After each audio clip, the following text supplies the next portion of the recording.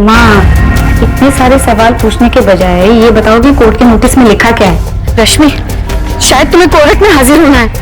हमें ठीक से समझ में नहीं आ रहा है इसमें क्या लिखा है। किसने भेजा है? अगर कोर्ट से नोटिस आया तो नाम तो लिखा ही होगा। इस पर किसी मनोज पाठक का नाम लिखा है। ठीक है, एक काम करो, विकास को बोलो कि वो उसकी फोटो खींच के भेज दे, हम देख लेंगे, तुम टेंशन मत लो। लेकिन ये है किस बारे में? माँ, हमने कहा ना हम देख लेंगे, तुम बस विकास को बोलो कि वो फोटो खींच के हमें भेज दे। हमें देर हो रही है, हमें मीटिंग के लिए निकलना है। बाय माँ, बाय।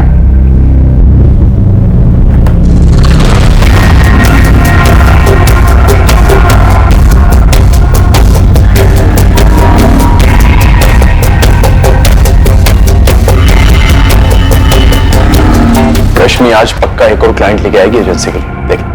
हाँ, उसकी स्कर्ट की लेंथ और छोटी हो गई है। विकास, ये नोटिस पढ़कर कुछ समझे? चाचा जी, हमको बस इतना समझ आया है कि दीदी ने किसी मनोज पाठक से 5 लाख रुपए लिए हैं। भाई साहब, लेकिन इस नोटिस में लिखा क्या है? कल्याणी, तुम हमेशा ऐसे ही ना समझ रहे ना, और विकास तुम भी। रश्मि ने ये पैसे क्यों लिए, कुछ समझ में आया? नहीं चाचा जी। अरे तुम्हारा घर रश्मि ने इस आदमी को बेच दिया है, यही बालापुर वाला घर जिसमें तुम लोग रह रहे हो। और तो और उसने टोकन के पैसे भी लिए हैं, और अब रश्मि ना तो उसको पैसे वापस कर रही है, ना ही घर के कागजात। इसलिए मनोज पाठक ने बाराबंकी सिविल कोर्ट के अंदर रश्मि के खिलाफ केस दाखिल किया है। रश्मि ने हमारा घर बेच दिया? हमें बिना बताए दीदी ऐसे कैसे कर सकती हैं? तुम्हें और तुम्हारी माँ को कुछ पता भी है कि रश्मि वहां लखनऊ में बैठकर क्या क्या करती है?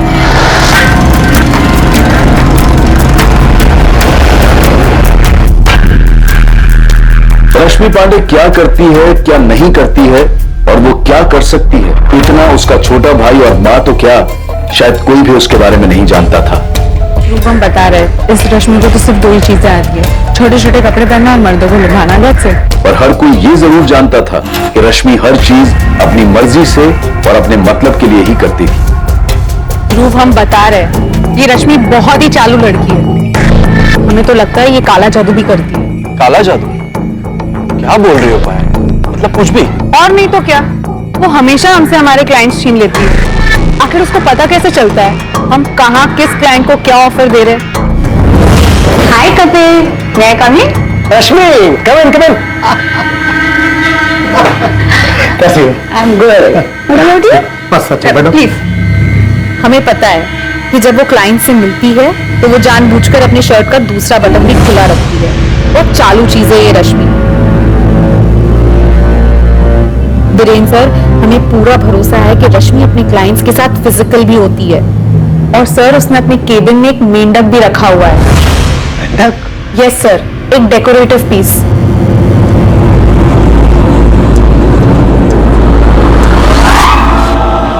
सर, वैसे तो ये मेंढक दिखने में डेकोरेटिव पीस लगता है, लेकिन सर हमें पूरा भरोसा है वो इसे जादू टोने के लिए इस्तेमाल करती है। पायल, तुम्हें जलन हो रही है? जलन? रश्मि से? सर, आपको दिख नहीं रहा है, वो अपने बॉडी का इस्तेमाल कर रही है। पायल, वो अपने काम में माहिर है और अपने टारगेट्स पूरे करने के बाद भी बहुत ही मेहनत करती है और ज्यादा से ज्यादा क्लाइंट्स लाने की कोशिश करती है। वो एजेंसी के लिए अच्छी बात है ना? सर, कोई और होता ना तो हिम्मत नहीं करता आपसे कहने की, लेकिन सर हम कह रहे हैं रश्मि सही नहीं है। आप जानते हैं वो कौन है? वो एक नंबर। पायल, मेहनत और लगन से आगे निकलने की कोशिश करो, अपने टारगेट्स पूरे करो, ये सारी शिकायतों से दूर रहो। और हर बात जो तुम कह रही हो ना कि अपनी बॉडी का इस्तेमाल कर रही है, वो अच्छी बात नहीं है। वो एम्बिशियस और मेहनती लड़की है और मेहनत से आगे बढ़ने की कोशिश करे।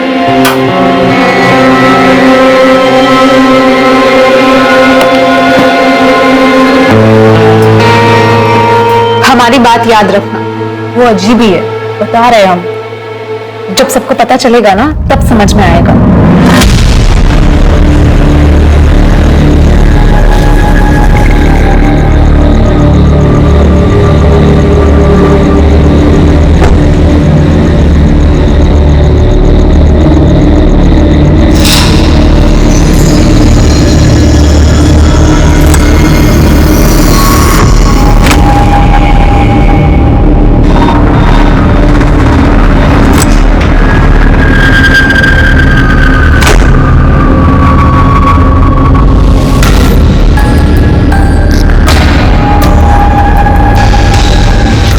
वो लोग जिंदगी में हर चीज को तोड़ मरोड़ कर पेश करते हैं, चाहे वो लोगों से हेरफेर करते हैं या फिर वो जिस रिश्ते में होते हैं उसमें हेरफेर करते हैं। उन्हें लगता है कि हेरफेर करना उनकी एक अनोखी कला है और हेरफेर के भयानक रास्ते पर चलते हुए वो अक्सर ये भूल जाते हैं कि कभी कभी वो अपनी हद पार कर जाते हैं।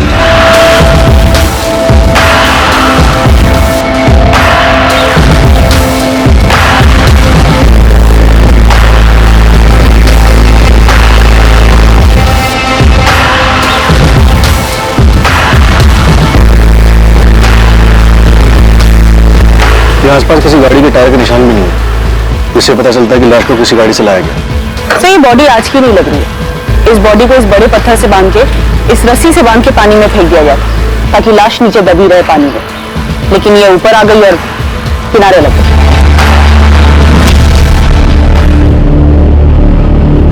आयल, आयल, तुम्हें फॉरवर्डेड मैसेज मिला क्या? हाँ? ये रश्मि है, मुझे सब तक पहचान नहीं कर पाई। कब हुआ ये? हमें नहीं पता, 1 घंटे पहले मैसेज आया हमको। इतनी बुरी तरीके से कि इसके गले की एक हड्डी टूट गई है। मुझे लगता है इस लड़की की हत्या काफी वक्त पहले की गई है। I mean, काफी दिन पहले।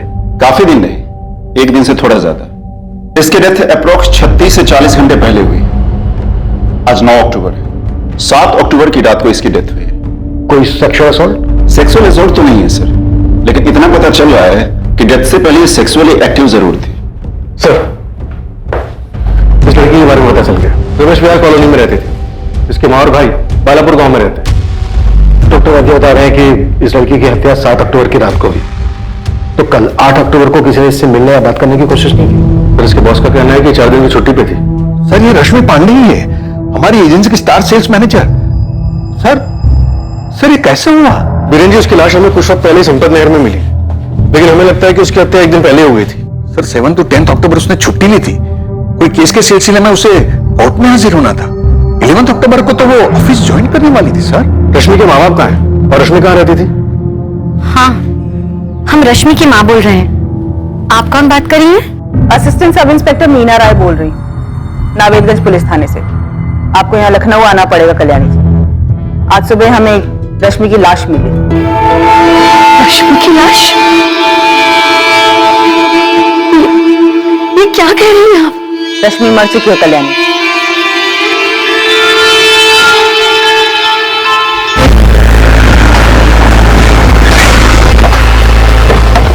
मैम, ये रश्मि का घर है, वो यहीं रहती थी।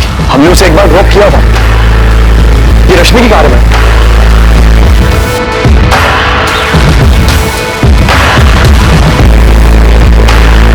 रश्मि अकेले रहती? जी, हमें तो यही पता है। दरवाजा तो लॉक है, इसकी दूसरी चाबी हो सकती है किसी के पास? किसी को जानते हो, मकान मालिक या कोई और? नहीं, हमें नहीं पता। हमने बस एक बार ड्रॉप किया था, वो भी इसलिए कि उसकी कार सर्विस पे गई थी। हम तो 1 साल से बस यही जानते हैं कि ये घर शायद उसका खुद का है। रश्मि की माँ या उसके भाई विकास को जानते हो? उनके पास हो सकती है उसकी डुप्लीकेट चाबी? नहीं मैम, हमें कुछ भी नहीं पता, हम उनसे कभी नहीं मिले। कैसे हुए? अभी तो तहकीकात शुरू है। आप? हम भोलाराम पांडे, रश्मि के चाचा। कब हुए? अभी पता चला कि 7 अक्टूबर की रात को हुआ। आप लोगों के पास रश्मि के रमेश विहार कॉलोनी वाले घर की चाबी है या उसके मकान मालिक का फोन नंबर? नहीं, हमारे पास नहीं है। घर की चाबी किसी के पास नहीं है सर, और ये भी क्लियर नहीं है कि रश्मि उस घर में रेंट पे रह रही थी या ये उसका खुद का घर था। बिना तुम मजिस्ट्रेट साहब के ऑफिस जाओ और वहां से रश्मि के घर का लॉक तोड़ने के ऑर्डर्स लो। मैं रश्मि के भाई, माँ या चाचा जो भी बात करने की हालत में है उससे बात करता हूँ। अश्विन नंबर है 44400913। नाम है रश्मि पांडे। जितना जल्दी हो सके इसके कॉल रिकॉर्ड्स निकलवाओ। रश्मि शादीशुदा नहीं थी, उसका कोई दोस्त या बॉयफ्रेंड था यहाँ? साहब इस बारे में तो कल्याणी को भी कुछ पता नहीं होगा। क्यों? क्योंकि उसको कुछ पता होता तो हमको जरूर बताती। रश्मि और विकास के पिता शंकर मेरे बड़े भाई थे, वो अब इस दुनिया में नहीं रहे, तो अब हम ही। विकास तुम्हें तो पता होगा, काफी क्लोज रहे होगे रश्मि के। नहीं पता साहब, रश्मि दीदी कभी कुछ बताती ही नहीं थी। रश्मि यहाँ जिस कोठी में रह रही थी, उस कोठी की कोई भी डिटेल्स नहीं है आप लोगों के पास? नहीं सर। रश्मि की कोर्ट में पेशी थी किसी केस के लिए, किस केस के लिए थी ये तो पता होगा या ये भी नहीं पता? वो पता है साहब, किसी मनोज पाठक ने केस किया था रश्मि दीदी पे। किस लिए? सर उसके घर को लेकर कुछ केस था, कुछ मसला था, लेकिन डिटेल में नहीं बताया था रश्मि ने। ध्रुव और पायल, तुम दोनों रश्मि के कलीग्स हो ना? उसने कभी बॉयफ्रेंड का जिक्र नहीं किया? सर ऐसी कोई बात रश्मि ने तो कभी हमसे नहीं कही और ना कभी हमने उससे पूछा। और सर काफी टाइम से उसकी एक फ्रेंड थी सुप्रिया, एक बार रश्मि ने जिक्र किया था उसका। नंबर है उसका? नहीं सर, नंबर तो नहीं है उसका। जिक्र क्यों किया था? मतलब सर बात में जिक्र किया था, कौन सी बात पे किया था ये हमें याद नहीं। ध्रुव उतना ही बोलो जितना बोलना चाहिए। अरे जो उन्होंने पूछा हमने बस वही तो बताया कि सुप्रिया उसकी फ्रेंड है, बस।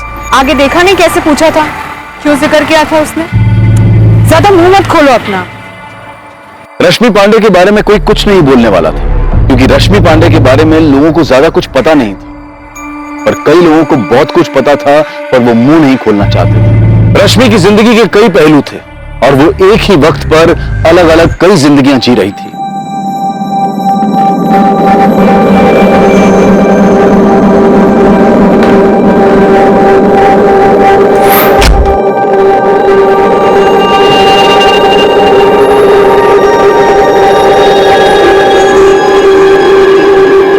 क्या किया है तुमने ऋषभ? यही तो हम आपसे पूछने वाले थे पापा कि आपने क्या किया है। देखो बेटा, वो लड़की थी तो मुसीबत थी, और अब नहीं है तो अब बड़ी मुसीबत है। पापा हमारे लिए या आपके लिए या आपके और दशरथ जी के लिए? बद्रीमन चौधरी और दशरथ जी के आपसी मतभेद में बलि चढ़ी रश्मि पांडे। ये खेल मत खेलो ऋषभ, मजाक में भी नहीं। वो तकलीफ हमारे लिए थी या आपके लिए प्रद्युमन जी? देखिए दशरथ जी, आपको हमें दोनों को पता है कि उसके जाने से किसी को दुख नहीं हो, ना आपको ना हमें। आप परेशान क्यों लग रहे हैं? क्योंकि ये भी आप जानते हैं कि कुछ ताले ऐसे होते हैं जिनकी चाबी नहीं मिले तो अच्छा है। हमें बस इस बात की फिक्र है कि कोई बेमतलब की चाबी न मिल जाए और पुलिस का इन्वेस्टिगेशन ताले की खोज में न निकल पाए। देखिए हर जगह आपके भी अच्छे मित्र हैं और हमारे भी, तो बस ये कह रहे हैं कि आग लगने के बाद फायर ब्रिगेड नहीं बुलाते, आग लगने ही नहीं देते। समझ रहे हैं हम क्या कह रहे हैं? ठीक है, आप कोई खेल मत खेलना तो हमें भी नहीं खेलना पड़ेगा, यहीं फुल स्टॉप लगाते हैं। तुमने उसका मर्डर संपत नहर के पास ले जाकर किया, सीधा बता दो, हम कोर्ट में डिफेंस तैयार कर लेंगे ना। ये कैसी बात कर रहे हो वकील साहब? तो मिस्टर मनोज पाठक, किसी ने तुमसे ये पूछा नहीं इससे पहले क्यों चल रहे हो कि तुमने कुछ नहीं किया? चोर की दाढ़ी में तिनका वाली कहावत सुनी है? पर तुम नर्वस मत हो, और मैं तुम्हारे साथ लॉयर है हम, ये पुलिस से डरते वरते नहीं, और तुम्हें भी कह रहे हैं कि तुम्हें भी डरने की जरूरत नहीं, ठीक है?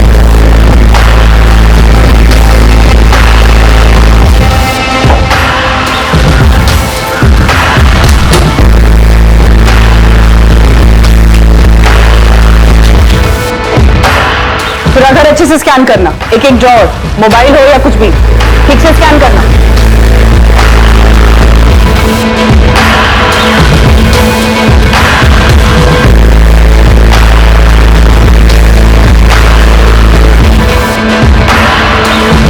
मैडम, ये गाड़ी की चाबी मिली। पूरी गाड़ी को अच्छे से चेक करो और वो वीडियो रिकॉर्डर को बोलो कि पूरे सर्च को अच्छे से रिकॉर्ड करे। जी मैडम। अच्छा हुआ तुमने सामने से फोन किया सुप्रिया, तुम्हारा फोन नंबर ही नहीं है किसी के पास। हमें पेपर में देखने के बाद पता चला सर। कैसे हुआ ये? और रश्मि किसके साथ बाहर गई थी? कौन कर सकता है ये सब? अब ये तो हमें तुम्हें बता सकते, उसके भाई और माँ को भी कुछ नहीं पता। तुम अभी पुलिस स्टेशन आ जाओ, कुछ बात करनी है तुमसे।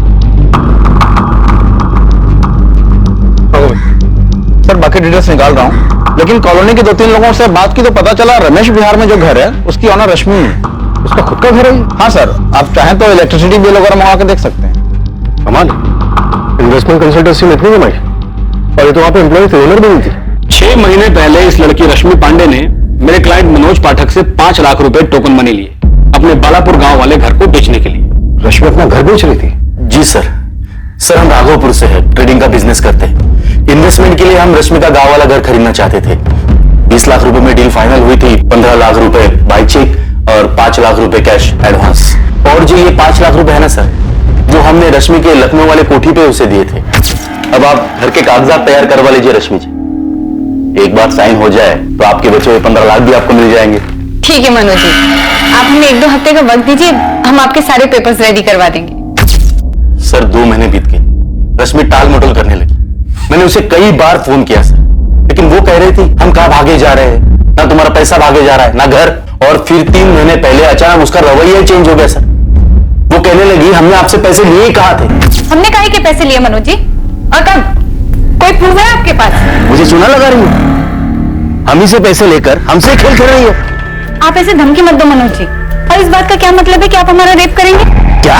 हम अभी पुलिस को कंप्लेन करने जा रहे हैं कि आप हमें रेप करने की धमकी दे रहे हैं। सुनो सुनो रश्मि सुनो। एक तो पैसे लिए, ऊपर से हमें ही धमका रही है। यहां मेरे क्लाइंट मनोज पाठक ने बड़ा होशियारी वाला काम किया। उसने तुरंत हमें कॉल कर दिया, तो हमने भी तुरंत सिविल कोर्ट में चीटिंग का केस फाइल करवा दिया। और केस तुम हार रहे होगे मनोज, क्योंकि तुमने कहा कैश दिया था, तो कैश की कोई लिखा पढ़ी तो ही नहीं। आप कहना क्या चाहते हैं इंस्पेक्टर साहब? आपका मतलब यह है कि मेरे क्लाइंट मनोज पाठक ने सिर्फ 5 लाख रुपए के लिए उस लड़की का मर्डर कर दिया? वकील साहब, आप मनोज पाठक के सिर्फ चीटिंग वाले केस में वकील हैं, या इस वक्त मनोज हमारा एक मर्डर केस में संदिग्ध है? सर, एक केस करने के बाद में ऐसे ही चालाक और ऊंची दिमाग वाले लड़के के साथ हम क्यों उलझेंगे? केस करने के बाद हमने सिर्फ एक बार उसे फोन किया था ये कहने के लिए कि हमें वो घर नहीं चाहिए, सिर्फ हमारे पैसे हमें वापस कर दो। लेकिन वो तो बड़ी ढीठ लड़की थी। देखो इंस्पेक्टर साहब, हमें नहीं पता कि आप क्या जानते हैं उस लड़की के बारे में, लेकिन आपको इतना बता दें कि वो लड़की थी तो थोड़ी अजीब। कैसी अजीब? काश आप उस दिन होते कोर्ट में, जब वो पहली बार कोर्ट में सुनवाई के लिए आई थी।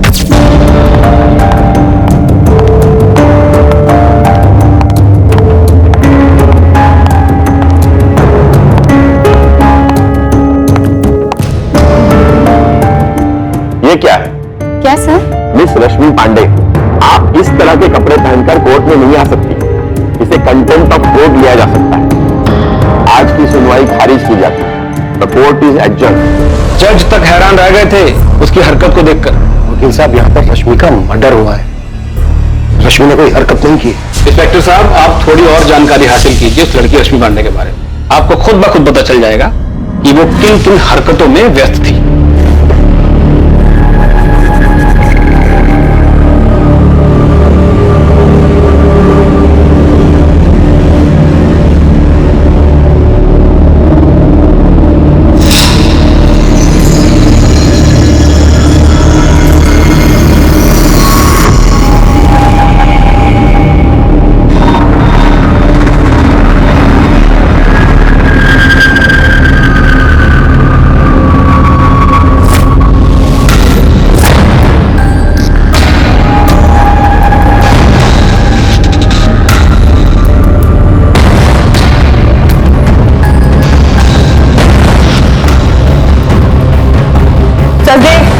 त्रिपाठी, ये देखो, इस कमरे में 2 हिडन कैमरा है और यहाँ ये वायर भी है जो दीवार के अंदर से जा रही है। इसका रिकॉर्डर भी यहीं कहीं है। जल्दी ढूंढो कहाँ है। जी मैडम।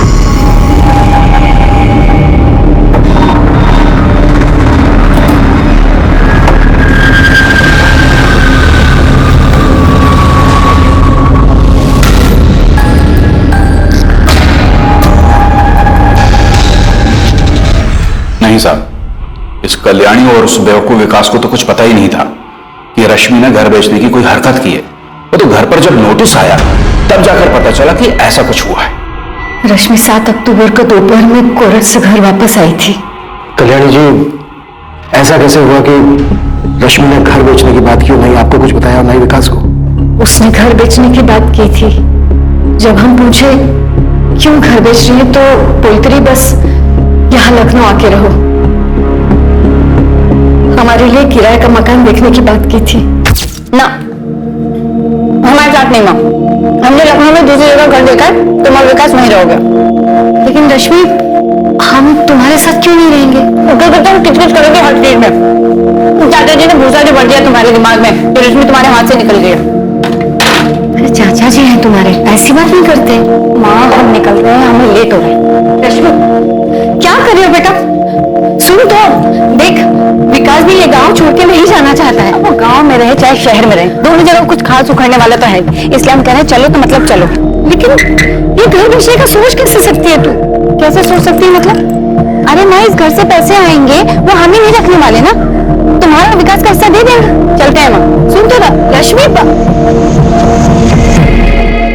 और बस चली गई रश्मि। कल्याणी जी, आपको ये भी नहीं मालूम क्या लखनऊ में रश्मि जिस कोठी में रह रही थी वो कोठी उसी के नाम पर थी, वो खुद मालिक थी उसकी। नहीं मालूम, उसने कहा था वो किराए पर रहती है। सब इस कल्याणी का ही किया कराया है। इतनी छूट जो दे रखी थी अपनी बेटी को, उसको गांव से यहां आते वक्त ही मना कर देना चाहिए था। इसके पति मेरे बड़े भाई साहब शंकर पांडे गांव के स्कूल में मास्टर थे, सब इज्जत करते थे उनके देहांत के बाद तो इस लड़की ने, कहने का मतलब है कि क्या क्या गुल खिलाए, क्या क्या गुल खिलाए। देखिए, मर्डर हुआ है रश्मि का, कुछ भी हमसे छिपाइएगा नहीं। सर, इस रश्मि पांडे ने सिर्फ मनोज पाठक को ही घर बेचने का झांसा देकर पैसे नहीं लिए थे, एक और भी है। मतलब रश्मि ने एक और आदमी को भी घर बेचा था। हाँ सर, टोकन भी लिया था। हमें रश्मि ने मनोज पाठक के बारे में कभी नहीं बताया सर। उसने तो हमसे कहा था कि उसका बालापुर वाला घर खरीदने के लिए अगर कोई हो तो हम उसे बताएं। और सर, इत्तेफाक से हम भरत गुलेचा को जानते थे जो बालापुर में घर खरीदना चाहता था। ओके रश्मि जी, वैसे रश्मि जी, घर के कागजात कब तक रेडी हो जाएंगे? हमें थोड़ा सा टाइम दीजिए। एक्चुअली हमारी माँ और भाई को उस घर से लखनऊ शिफ्ट करना होगा। जैसे ही घर खाली हो जाएगा आपके सारे पेपर्स रेडी कर देंगे। नहीं, कोई दिक्कत नहीं है, आप आराम से अपना समय लीजिए। ठीक है, थैंक यू सो मच, हम चलते हैं। चलिए। वेलकम भरत जी, प्लीज चिल्लाइए मत। हम आपसे तमीज से बात कर रहे हैं तो आप आवाज नीचे रखिए, वरना हम फोन काट देंगे। तुमने चीटिंग की है रश्मि हमारे साथ, और हमने तो ये भी सुना है कि किसी मनोज पाठक नाम के आदमी ने केस किया है तुम्हारे ऊपर। ये कोठी तुमने उसे भी बेची है। हम भूल गए क्या आपको बताना? तो क्या ऐसी टोन में बात करेंगे आप? अगर रश्मि यहाँ वहाँ की बात ना करो तो अच्छा है। हमको हमारे पैसे वापस चाहिए, बस कह देते हैं अभी के अभी। और ये फ्रॉड ना हमारे साथ नहीं करना तुम, क्योंकि हम होने नहीं देंगे। देखिए भरत जी, अभी हम बिजी हैं, बाद में बात करते हैं। रश्मि, क्या कर रही हो? ये भरत गुलेचा हमें फोन करके चिल्ला रहा है। अरे यार, हो गई ना गड़बड़ हमसे। ये साला मनोज भी हमारे सर पे बैठा है। क्या रश्मि, तुम ना बहुत गंदा गेम खेल रही हो। हम बोल रहे हैं तुमको, बड़े लोगों को ठगना अलग बात है। भरत गुलेचा बहुत सीधा साधा आदमी है, अपनी मेहनत के पैसों से घर खरीदना चाहता है। अरे तो क्या भागीदार हैं क्या हम? है नहीं? दुनिया में ऐसे बहुत सारे लोग हैं जो बिना किसी पछतावे या बिना किसी एहसास के लोगों को धोखा देते हैं। लोगों को धोखा देकर उनसे लिए हुए पैसों पर ऐशो आराम की जिंदगी गुजारते हैं। किस मिट्टी के बने होते हैं ऐसे लोग? क्यों उन्हें अपने गुनाहों पर कोई पछतावा नहीं होता? उन्हें सब कुछ गलत क्यों नहीं लगता? हमें तब पता चला कि रश्मि किसी मनोज पाठक के लफड़े में फंस गई है जब भरत गुलेचा ने हमें गुस्से में कॉल किया। हमने आपको भरत के बारे में इसलिए बताया क्योंकि हमें लगा, क्योंकि तुम्हें लगता है भरत ने रश्मि को मारा। हमें बस लगा। सुप्रिया, बड़े लोगों को ठगना एक अलग बात है, इसका क्या मतलब है? किन बड़े लोगों को ठगा था रश्मि ने?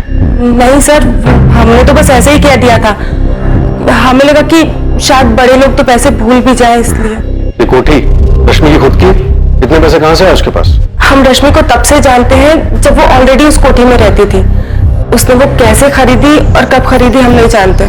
सुप्रिया, हमें रश्मि की लाश संपत नहर के पास मिली। पोस्टमार्टम रिपोर्ट कहती है कि हत्या से पहले रश्मि ने किसी के साथ शारीरिक संबंध बनाए।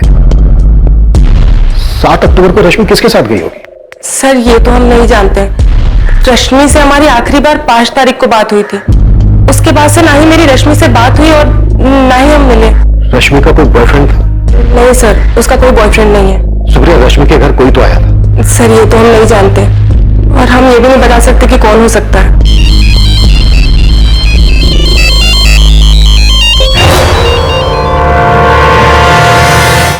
दो कमरे में हिडन कैमरास? जी सर, 2 कैमरास पूरी प्लानिंग के साथ बिस्तर की तरफ पॉइंट करते हुए लगाए गए हैं। और सर, फूलदान में एक रिमोट कंट्रोल भी मिला है जिससे इन दोनों कैमरा को ऑन किया जा सकता है।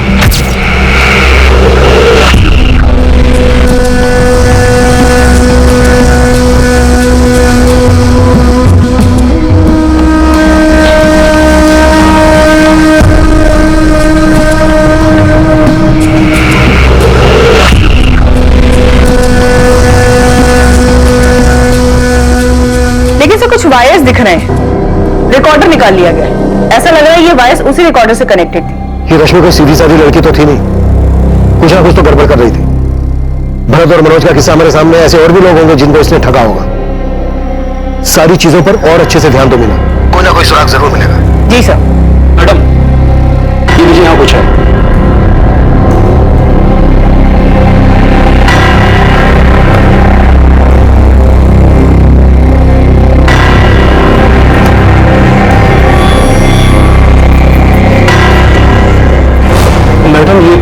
Digital safe locker. पासवर्ड? हाँ विकास, पासवर्ड। ये एक डिजिटल लॉकर है, इसका पासवर्ड होगा। रश्मि ने कभी तुम्हें इसके पासवर्ड के बारे में कुछ बताया? दीदी ने तो हमको कभी नहीं बताया। और मैडम जी, हमको पता भी नहीं है क्या चीज है। लॉकर? हाँ, फोटो के पीछे एक छोटा सा छुपा हुआ शेल्फ है जिसके अंदर एक डिजिटल लॉकर है। हम इस लॉकर के बारे में कुछ भी नहीं जानते मैम, तो हमें इसका पासवर्ड कैसे पता हो सकता है? अच्छा, और ये जो हिडन कैमरास लगे हुए हैं, इनके बारे में तो पता ही होगा तुम्हें? कसम से मैम, हमें इन सब चीजों के बारे में बिल्कुल भी नहीं पता है। तो प्रिया, तुम रश्मि को कब से जानती हो? 2 साल से मैम। रश्मि से हमारी मुलाकात आरके इन्वेस्टमेंट कंसल्टेंसी में हुई थी। वो वहां पहले जॉब करती थी, हमारा ऑफिस भी उसी कॉम्प्लेक्स में था, इसलिए हमारी मुलाकात हो गई। दोस्ती थी, पर मैम हम सच कह रहे हैं, हम इन सब चीजों के बारे में कुछ नहीं जानते हैं। तो हमें किसी लॉकर मैकेनिक को बुलाकर ये डिजिटल लॉकर खुलवाना चाहिए। हाँ ठीक है, बुला लो, खुलवा लो, लेकिन वीडियो जरूर बनवा लेना। जी सर। तुझे शक्ल देख के लग रहा राजू तुझे कुछ तो पता है। बहुत सी गलियों में टेंशन का माहौल है। इस लड़की के मर्डर में बहुत बड़ा हाथ है भाई। रोड तो बता, गली में पकड़ लूंगा। नो एंट्री वाली गली है। लेकिन देख गोविंद, इसके घर में बहुत सारे लोगों का आना जाना था। कमरे में 2-2 कैमरे लगे हुए मिले हैं। ब्लैकमेल का मामला है और भी बहुत कुछ। फिलहाल तो मैं सिर्फ इतना ही जानता हूँ कि लड़की कुछ ज्यादा ही उड़ रही थी। अबे तो सस्पेंस क्यों बढ़ा रहा है? हिंट तो दे, किसने किया है कांड? इब्राहिम, पिछले 2 दिनों से 7 अक्टूबर और 8 अक्टूबर की रातों के जितने भी रोड साइड सीसीटीवी फुटेजेस थे, हमने सारे के सारे चेक किए, लेकिन ये रश्मि पांडे ना किसी के साथ और ना किसी गाड़ी में जाती हुई दिखाई दी। इंस्पेक्टर महादेव, एक बार और चेक कीजिए संपत नगर के रास्ते के आसपास कहीं कोई संदिग्ध गाड़ी या फिर टैक्सी। अगर बॉडी को नहर में डंप करने के लिए गए थे तो इसका मतलब है कि कहीं से तो मार के लाया गया होगा। ठीक है, मैं चेक कर लेता हूँ। हम क्यों मारेंगे सर उसको? हमारे पैसे तो डूब ही गए थे। जीना हराम कर दिया था सर उसने। पैसे दे नहीं रही थी, ऊपर से फंसाने की धमकी अलग। क्या कहा तुमने भरत? तुम हमारा रेप करोगे? ओ मैडम, हम सिर्फ अपने पैसे की बात कर रहे हैं बस। तो इसलिए तुम हमारे साथ ऐसी घिनौनी हरकत करोगे? तुमने कहा तुम हमारा रेप करोगे। ओ मैडम, आप बात को कहीं से कहीं ले जा रहे हैं। हम अभी के अभी पुलिस स्टेशन जा रहे हैं तुम्हारी कंप्लेन करने। सही बता रहे हैं। उसके बाद तो हमने उसे फोन करना ही बंद कर दिया। कभी कभी सुप्रिया को फोन करके अपना धोखा जरूर होते थे हम कि हमारे पैसे अलग डूब गए और हमें धमकी दे रही है कि पुलिस में। सुप्रिया को पता है कि रश्मि आपको इस तरह की धमकी दे रही थी? हाँ सर, उसको तो बताया था हमने।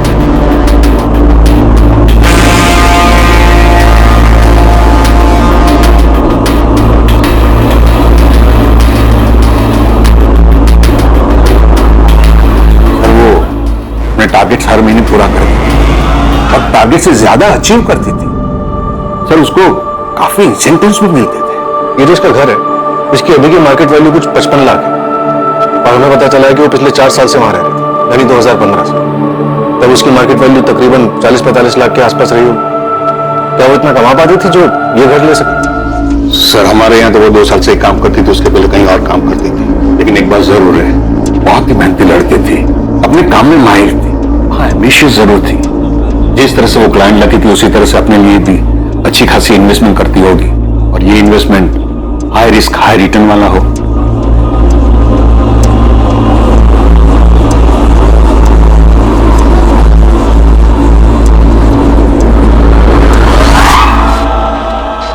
नहीं सर, उस घर में ऐसा कोई भी निशान नहीं मिला जिससे ये लगे कि वहाँ कुछ हुआ हो या फिर रश्मि को वहाँ मारा गया हो। वो लॉकर? सर लॉकर कंपनी 1 या 2 दिन में मैकेनिक को भेज रहे हैं। दोनों? मनोज और भरत दोनों को ठगा इसने और लोगों को भी ठगा होगा, बड़े लोग भी शामिल होंगे इसमें। तो मुझे सुप्रिया पे ज्यादा शक हो रहा है। काफी कुछ है जो ये नहीं बता रही। ये रश्मि कैसी लड़की थी? यहाँ लखनऊ में इतना बड़ा घर, गांव के घर को बेचने के आदमी लोगों को इस तरह पैसे लेकर ठग रही थी, और गांव में मार भाई को गांव के घर के बिगड़ी के बारे में कुछ पता ही नहीं था। सर मुझे लगता है कि इस रश्मि के बारे में और भी बहुत कुछ है। उस दीवार के पीछे वाले लॉकर में से शायद हमें बहुत कुछ मिले। कॉल रिकॉर्ड कब तक आ रहे हैं? आज शाम तक आ जाएंगे।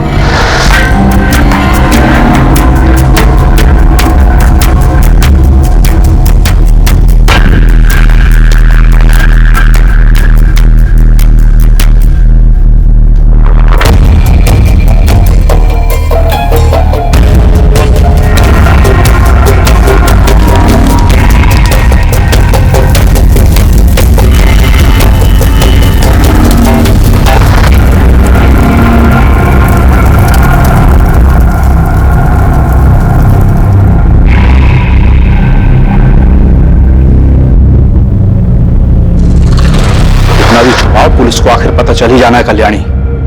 किसी का अतीत ऐसे छुपता नहीं है, खासकर उस वक्त जब हत्या इस तरह से की गई हो। तो आप ही बता दीजिए ना भाई साहब।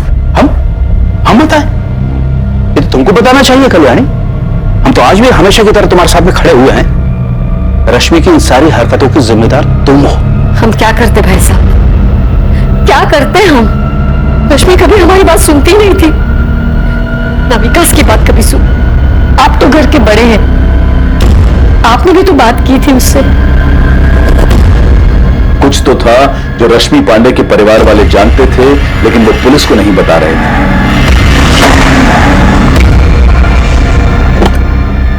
एक ऐसा अतीत जिसका असर वर्तमान पर पड़ने वाला था। रश्मि के घर पर मिलने वाले लॉकर से बहुत कुछ पता चलने वाला था।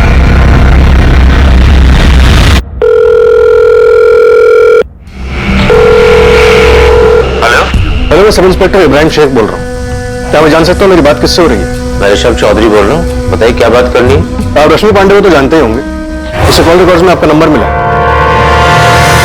हाँ जानते हैं, मतलब एक टाइम पे मुझे अच्छे से जानते थे, एक दूसरे के साथ घूमा करते थे, और अब नहीं। ओह, लेकिन आपकी बातें तो रेगुलर होती थी। एक हफ्ते पहले आपकी बात हुई थी। ब्रेकअप होने के बाद एक दूसरे के साथ टच में नहीं रह सकते क्या? रश्मि का मर्डर हुआ है। हम जानते हैं, न्यूज में देखा है हमने, लेकिन देखिए मुझे ऐसे ही कॉल किया करते थे, और वो भी हमें ऐसे ही कॉल किया करती है। एक साल पहले हमारा ब्रेकअप हो चुका है। अगर आपका अगला सवाल ये है कि उसका मर्डर हुआ और हम कभी नजर नहीं आए, और ना ही आखिरी बार उसकी डेड बॉडी को देखने आए, तो इस बारे में हम सिर्फ इतना ही कह सकते हैं, जब हमें उसके मर्डर की खबर आई हमें दुख हुआ, लेकिन अब इससे ज्यादा हम कर भी क्या सकते हैं? सुप्रिया, पहली बात, ऋषभ बॉयफ्रेंड या एक्स बॉयफ्रेंड था रश्मि का जो उसके टच में था। दूसरी बात, रश्मि मनोज की तरह भरत को भी धमकियां दे रही थी। ऐसा कैसे हो सकता है कि तुम्हें इस बारे में कुछ पता ना हो? भरत ने साफ साफ बताया हमें कि उसने इस बारे में सब कुछ बताया था तुम्हें। हाँ सर, उसने बताया था, और सर हमें पता था कि रश्मि और ऋषभ का अफेयर चल रहा है, लेकिन सर दोनों का ब्रेकअप हो गया था। और सर भरत के बारे में तो हमने आपको खुद बताया था कि हमें उस पर शक है। सुप्रिया, और कौन सी ऐसी बातें हैं जो तुमने हमसे नहीं बताई? नहीं सर, और ऐसी कोई बात नहीं है।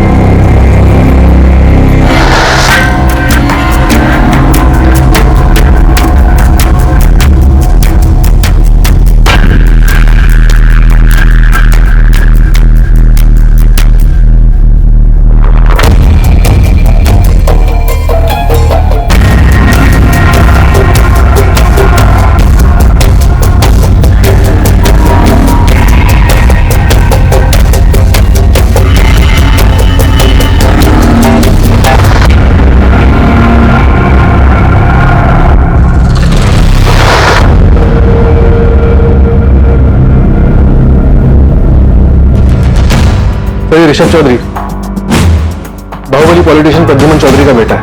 उसकी लड़की रश्मि और पॉलिटिशियन का बेटा ऋषभ चौधरी। कहीं ऐसा तो नहीं है कि सुप्रिया ने जानबूझकर हमें ऋषभ के बारे में नहीं बताया? ऋषभ, हमारा यकीन करो, हमने पुलिस को तुम्हारे और रश्मि के बारे में कुछ नहीं बताया है। लेकिन ये तुम भी जानते हो कि अगर हम पुलिस को तुम्हारे बारे में नहीं भी बताते तो भी वो रश्मि के फोन से या उसके कॉल रिकॉर्ड से तुम्हारे बारे में जान सकते हैं। क्या क्या बताया तुमने? भरत के अलावा और कुछ नहीं बताया। ठीक है, अपना ध्यान रखना, और सुप्रिया कसम से हमने रश्मि के साथ कुछ नहीं किया। तो रश्मि पांडे के फोन की आखिरी लोकेशन वीआईपी एनक्लेव है। वीआईपी एनक्लेव, ये तो पॉश लोकेलिटी है। यहाँ पर तो काफी पॉलिटिशियंस के घर हैं, और हमारा संदिग्ध एक पॉलिटिशियन का बेटा है जो रश्मि का एक्स बॉयफ्रेंड भी है। कि सुप्रिया पक्का कुछ छुपा रही है। सब लॉकर में काफी कुछ मिला है, काफी अजीब चीजें। सर ये मेंढक और सिक्के के डिजाइन को देख के लग रहा है कि कोई काला जादू का चक्कर है। सर ये मेंढक तो मैंने रश्मि के ऑफिस के केबिन में देखा था। जब मैं वहां रश्मि की चीजों के बारे में जानकारी लेने गया था तब मैंने देखा था। मुझे लगा कि वो डेकोरेटिव पीस है, लेकिन एक जैसे दो, एक रश्मि के ऑफिस में, एक रश्मि के घर के लॉकर में। जरूर इसका कुछ मतलब है सर। ये रश्मि क्या थी, कर क्या रही थी? ये पेन ड्राइव चेक करते हैं, इनमें उसके रूम की रिकॉर्डिंग हो सकती है। तो ये तो दूसरी पार्टी में पॉलिटिशियन दशरथ लाल है। आप कोई खेल मत खेलना तो हमें भी नहीं खेलना पड़ेगा। चल क्या रहा था? तो यहाँ पे 2 पेन ड्राइव्स और हैं। इस रश्मि के घर में बड़े लोगों का आना जाना था और वो सबकी रिकॉर्डिंग कर रही थी। तो इस केस में बहुत कुछ है। प्रद्युमन चौधरी और दशरथ लाल के अलावा और भी लोग थे जो रश्मि के साथ थे और रश्मि ने इन सब की भी वीडियो रिकॉर्डिंग बनाई थी। हालांकि इस वीडियो रिकॉर्डिंग में पुलिस सबकी पहचान नहीं कर पा रही थी, लेकिन पुलिस को यह पता चल रहा था कि ये बड़ी पहुंच वाले लोग थे। अब इस केस में रश्मि पांडे के बारे में और भी बहुत कुछ सामने आने वाला था। सर मैं पक्का तो नहीं कह सकता, लेकिन हमारी और एक एम्प्लॉई है पायल त्यागी, जो रश्मि की कामयाबी से जलती थी, और वही एक है जिसने मुझे इसके बारे में बताया। मेहनत के बारे में? हाँ, मैंने भी रश्मि के कैबिन में मेंढक देखा था। मुझे तो वो डेकोरेटिव पीस लगा था। हाँ, लेकिन पायल को लगता था कि वो मेंढक का कुछ काले जादू से लेना देना है। वीरेंद्र जी, रश्मि किसी तरह का कोई काला जादू करती थी क्या? सर उसके बारे में मुझे कुछ नहीं पता। लोगों को अपनी मुट्ठी में रखने और उन्हें अपने इशारों पर नचाने की शक्ति, इसे वशीकरण कहते हैं, लोगों को अपने वश में करने की विद्या। हमें ये शक्ति किसी भी तरीके से चाहिए और किसी भी कीमत पर। ऐसा नहीं होता है कि इंटरनेट पर आपने ऑर्डर दे दी और वो चीज आपके पास आ गई। ये विद्या प्राप्त करने के लिए तुम्हें कठिन तपस्या करनी पड़ेगी। हम कुछ भी करने के लिए तैयार हैं, हमें बस ये शक्तियां चाहिए। सर हमें इन पॉलिटिशियंस प्रद्युमन चौधरी और दर्शक लाल और प्रद्युमन चौधरी के बेटे ऋषभ से बात करनी चाहिए। इसमें बहुत ही अजीब स्थिति है कि बाप और बेटे दोनों एक ही हालात में इस तरह। और इस सबके साथ वो रिकॉर्डर भी गायब है ना? Yes sir. और सर मुझे पूरा यकीन है कि उस रात घर पे कोई तो आया था जिसे घर और कैमरास के बारे में अच्छे से पता था। मर्डर उसी ने किया रश्मि का। तो सब कुछ प्लान था।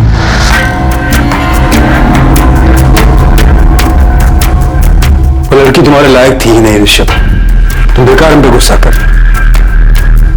पापा हमारे लायक थी या नहीं, अब बात उसकी नहीं है। पापा हमारे दिल में उसके लिए कुछ नहीं है। हमारे दिल में एक सच है और हमें ये नहीं पता कि उसका सामना कैसे करना है। 7 अक्टूबर की रात को वो रश्मि के घर गया था पापा।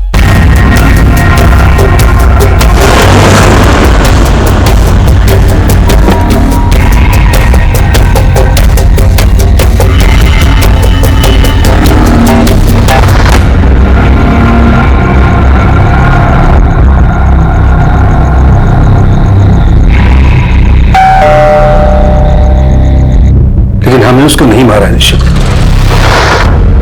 और हम जानते हैं कि रश्मि को तुम नहीं मारा है। इंस्पेक्टर शुक्ला, मैं इस लड़की रश्मि पांडे के बारे में बहुत अच्छे से जानता हूं। 3 साल पहले भी इसने एक बड़े आदमी की जिंदगी बर्बाद की थी।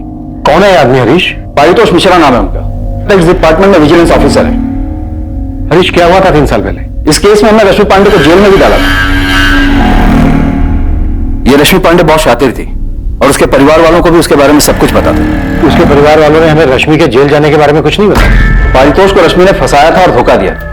शायद रश्मि को मारकर पारितोष ने अपनी बर्बादी का बदला लिया। रश्मि, तुमने बहुत गंदा खेल खेला मेरे साथ, धोखा दिया हमें। तुम्हारे पास 2 रास्ते हैं पारितोष, या तो जाल से बाहर निकल आओ या फिर फंसते चले जाओ। तुम हमें बिल्कुल नहीं जानते, बिल्कुल भी नहीं। अब तुम देखो हम क्या करते हैं। रश्मि के साथ बहुत बुरा हुआ, लेकिन रश्मि ने भी बहुत से लोगों के साथ बुरा किया।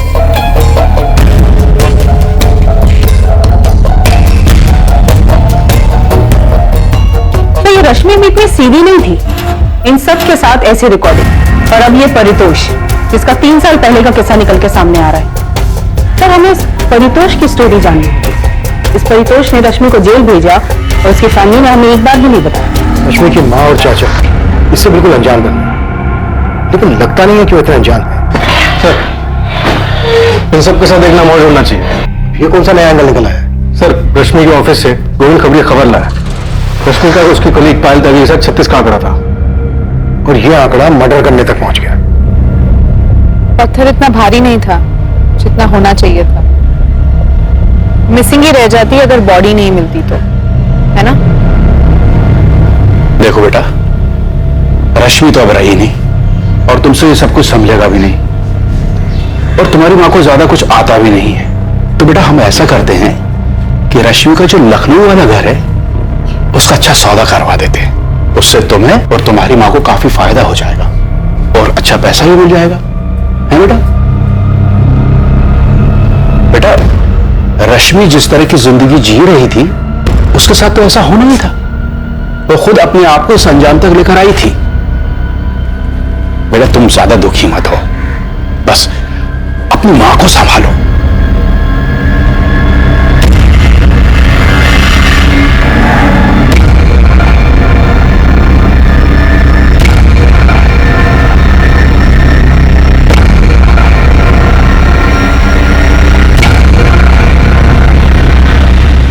हम आपके बताए हुए टाइम पर आ जाएंगे, लेकिन आपसे एक रिक्वेस्ट है, आपको जो कुछ भी मिला है प्लीज मीडिया में उसे लीक मत कीजिएगा। आप बिल्कुल बेफिक्र रहिए दशा जी, हमें वीडियो मीडिया में लीक करने का कोई शौक नहीं, हमें बस रश्मि के मर्डर केस से मतलब है।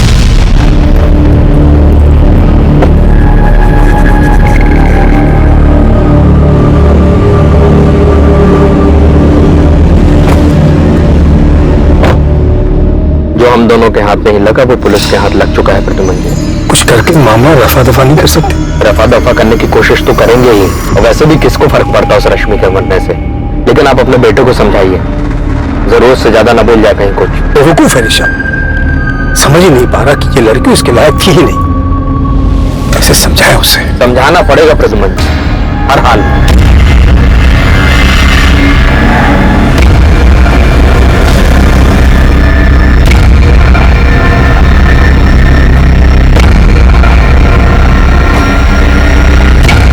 मिश्रा, आपने रश्मि पांडे मर्डर के बारे में तो सुन ही लिया होगा। 3 साल पहले का किस्सा खुद निकाला होगा आपने। अब आप हम तक पहुंचे हमसे ये पूछने के लिए कि क्या हमने रश्मि पांडे को मारा है या नहीं, राइट? तो बताइए, मारा है आपने रश्मि को? उसने खुद ही ने अपने मौत की दावत दी होगी। मौत के कुएं में खतरनाक खेल खेलने की फितरत थी उसकी। कैसे बताइए आप? ये हम कैसे बता सकते हैं? तो फिर तुम्हें कैसे पता चला कि रश्मि काला जादू करती थी? यूं ही हवा से खबर निकाला तुमने? दिखता था मैडम, वो कैसे क्लाइंट से डील करती थी, सब कुछ साफ साफ दिखता था। और क्लाइंट से इन्वेस्टमेंट हासिल करने के लिए क्या क्या तिगड़म लगाती थी। विकास, तुम्हारे चाचा कुछ न कुछ टिकट लगा के तुम्हें और तुम्हारी माँ को चूड़ा लगाएंगे। तुम अपने चाचा को जानते हो, वो इतने सीधे आदमी तो है नहीं जिसने तुम्हारी माँ या रश्मि दीदी के लिए कभी कुछ सोचा हो। तुम हम क्या करें सोनू? तुम अपने चाचा को कह दो कि वो तुम लोगों की जिंदगी में दखल ना दे। तुम उनसे कह दो कि अब सब कुछ तुम ही संभाल लोगे। तुम पर हुक्म चलाने के लिए अब रश्मि दीदी तो है नहीं, तो अब तुम्हें हर चीज का उपाय खुद ही ढूंढना होगा। 29 वर्षीय रश्मि पांडे, जिसकी हत्या कर दी गई थी, एक बहुत ही साधारण परिवार की लड़की थी। वो इतने सारे लोगों के साथ इतनी सारी चीजों में कैसे उलझ गई थी? हर किसी के साथ उसकी एक अनसुलझी कहानी थी, हर किसी को उससे ईर्ष्या थी। कौन था इनमें से जो उसकी वजह से इतनी तकलीफ में था कि उसने गुस्से में आकर रश्मि पांडे को मारने का मन बना लिया?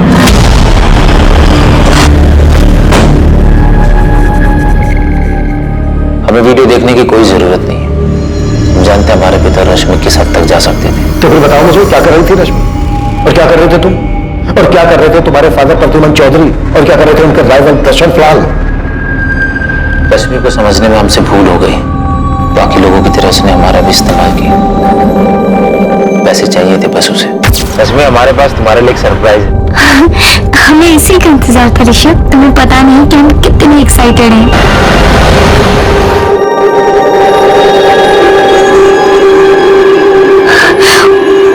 Oh my God Rishabh, Rishabh ये तो डायमंड है। डायमंड ही है, सिर्फ तुम्हारे लिए। और इससे भी बड़ा सरप्राइज है मेरे पास। शादी करोगे मुझसे? पापा मम्मी, ये रश्मि पांडे है, हम इनसे शादी करना चाहते हैं। तुम करती क्या हो रश्मि?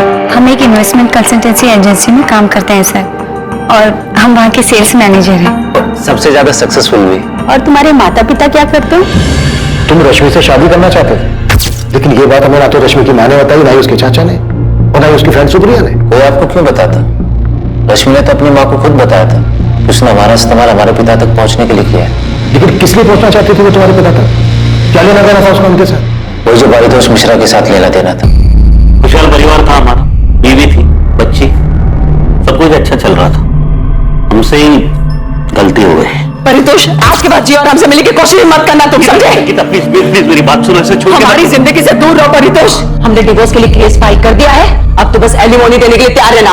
अब तुमसे हमारा कोई लेना देना नहीं है। अरे जिया बेटा, गीता गीता प्लीज हमारी बात सुनो। गीता सर, गीता, लड़की रश्मि के चक्कर में पड़ने का अंजाम हम आज तक भुगत रहे। क्या कुछ नहीं दिया हमने रश्मि को? जाहिर है आप दो जिंदगियां एक साथ जो जी रहे थे।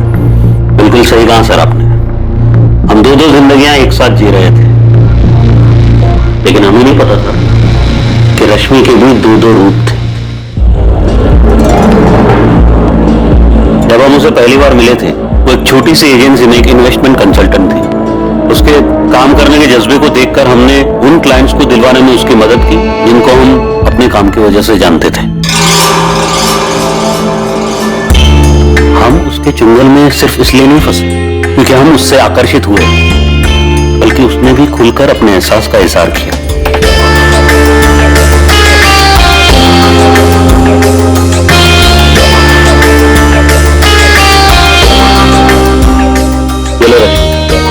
खास तुम्हारे लिए, अब तुम इससे जो चाहे खरीद सकते हो। पर पारितोष, तुम क्यों कर रहे हो सब हमारे लिए? कोई बात नहीं, अगर तुम्हें पसंद नहीं तो मैं रख लेता हूँ। I love you Paritosh. I love you. हम एक दौरी जिंदगी जी रहे थे और हमें बुरा भी लगता था कि हम अपनी बीवी को धोखा दे रहे हैं। एक तरफ हम एक अच्छा पति और अच्छे पिता की भूमिका निभा रहे थे और दूसरी तरफ एक प्रेमी, एक ऐसा व्यक्ति जो सपनों वाली जिंदगी जी रहा था। परिवार और एक जवान प्रेमी का एक ही वक्त में दोनों का आनंद ले रहा था। बहुत ही अजीब, बहुत ही स्वार्थी इंसान लग रहे होंगे आप सर, यकीन मानिए हमारा, हम बहुत ही शर्मिंदा है हमारे किए। हमें इस बात का एहसास ही नहीं था कि रश्मि की वजह से हमारी जिंदगी तबाह हो जाएगी। हमने तो एक कोठी खरीदी थी उसकी, वो रमेश्वर वाली। हाँ, हम उसके लिए कभी पैसों की परवाह नहीं करते थे।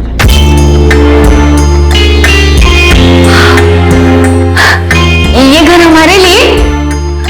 सब कुछ तुम्हारे लिए रश्मि, ये घर तुम्हारे नाम होगा। सारे डॉक्यूमेंट्स रेडी है, तो बस दस्तखत कर दो। हम उसके प्यार में इस तरह बहक गए थे कि समझ ही नहीं पा रहे थे कि हम अपनी बीवी, अपनी बच्ची के साथ धोखा कर रहे थे। और उसी तरह रश्मि के दोहरे चेहरे को भी हम देख नहीं पाए, वो चेहरा जो ना कभी हमने पहले देखा था और ना ही जिसकी कभी कोई कल्पना कर सकता था। उसने आपको धोखा दिया? सिर्फ धोखा, बड़ा ही गंदा खेल खेला उसने हमारे साथ। रश्मि, हमने तुम्हें एक सिंपल सा सवाल पूछा है कि पूरा हफ्ता तुम कहां थे? हम तुम्हारी बीवी हैं, हमने तुमसे शादी की है। हम जानते तुम किसके साथ थी और कितने लोगों के साथ थी, हम उन सबको जानते हैं। और वो सब ये भी जानते हैं पारितोष कि तुम ऑलरेडी मैरिड हो। और ये सब कुछ हमने तुम्हें इसलिए नहीं दिया कि तुम हमें धोखा दे सको। हम किसी की जागीर नहीं है पारितोष, और ना ही हमने तुमसे शादी का वादा किया है। अभी यो भी गया यहाँ से, बंद हो। अच्छा, तो तुम हमारी जासूसी भी करने लगे? ये रश्मि हमारे घर में रह के हमारे साथ ही, निकलो यहाँ से, get out! शायद तुम भूल रहे हो पारितोष, ये घर हमारे नाम पर। तुम मुझसे हमारे नाम करोगी, वरना क्या एक्सपोज कर दोगे हमें? अभी के अभी इस घर से निकल जाओ और मेरी जिंदगी से भी get out from my life. Calm down Paritosh, सिर्फ 2 करोड़ रुपए, उसके बाद हम तुम्हारी जिंदगी में कभी नहीं आएंगे, प्रॉमिस।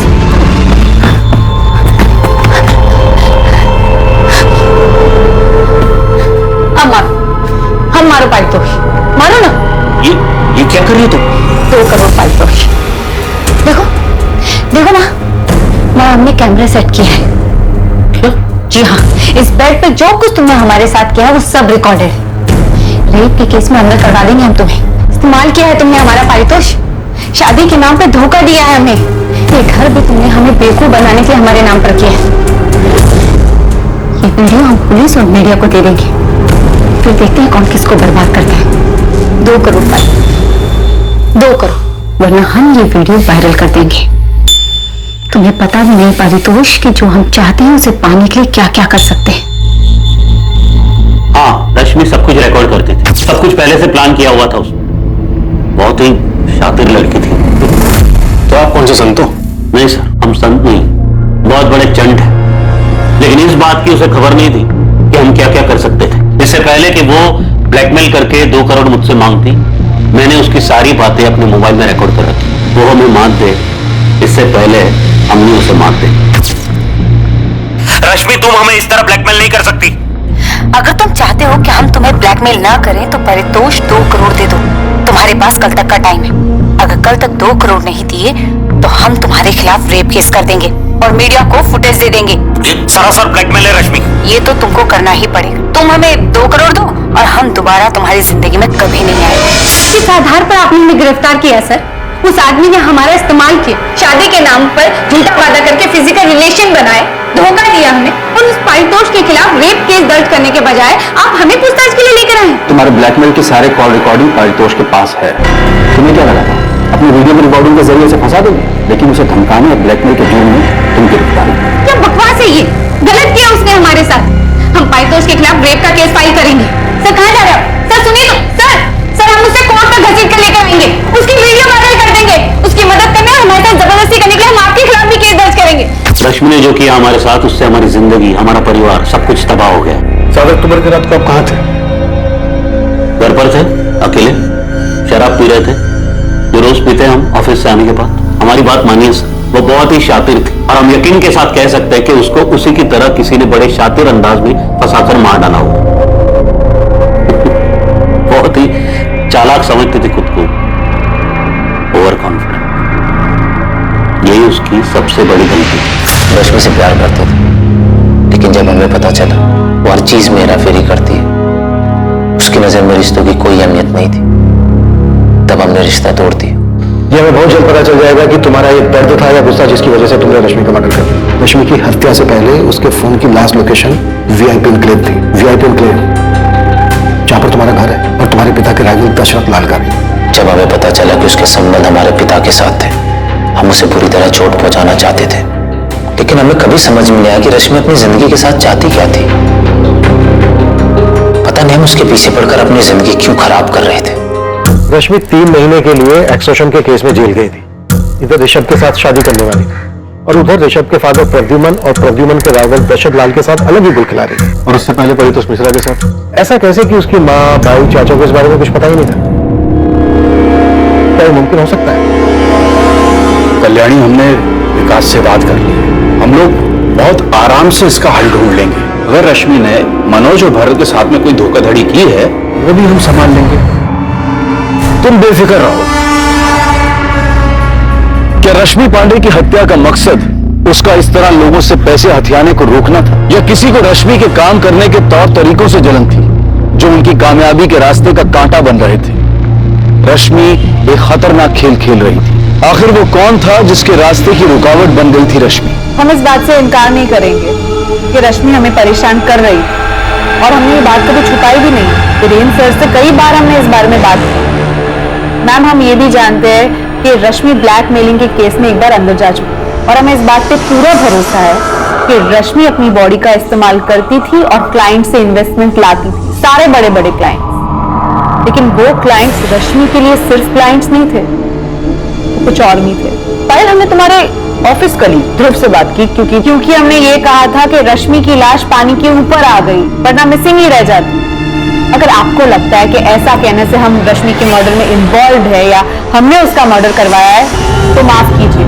हमने ये बात सिर्फ इसलिए की क्योंकि ये बात साफ है, जो भी रश्मि का हत्यारा था उसने बॉडी के साथ पत्थर इसलिए बांधा था क्योंकि वो नहीं चाहता था कि लाश पानी के ऊपर आ जाए। तो फिर रश्मि का मर्डर किसने किया पायल? मैम, हमने आपसे पहले भी कहा था, हम मानते हैं हम रश्मि को पसंद नहीं करते थे, चलते थे उससे, लेकिन इसका ये मतलब नहीं कि हम इस हद तक गिर जाए कि उसका मर्डर ही करवा दें।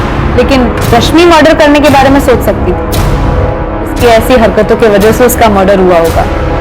कर्मा मैम, कर्मा। दावत कुछ हाथ लगा? एक बाबा है, अपने आप को काली बाबा बोलता है। उसके पास जाती थी रश्मि पांडे? हाँ, मैंने ज्यादा पूछताछ की नहीं, क्योंकि उसको भनक लग जाती तो वो भाग जाता।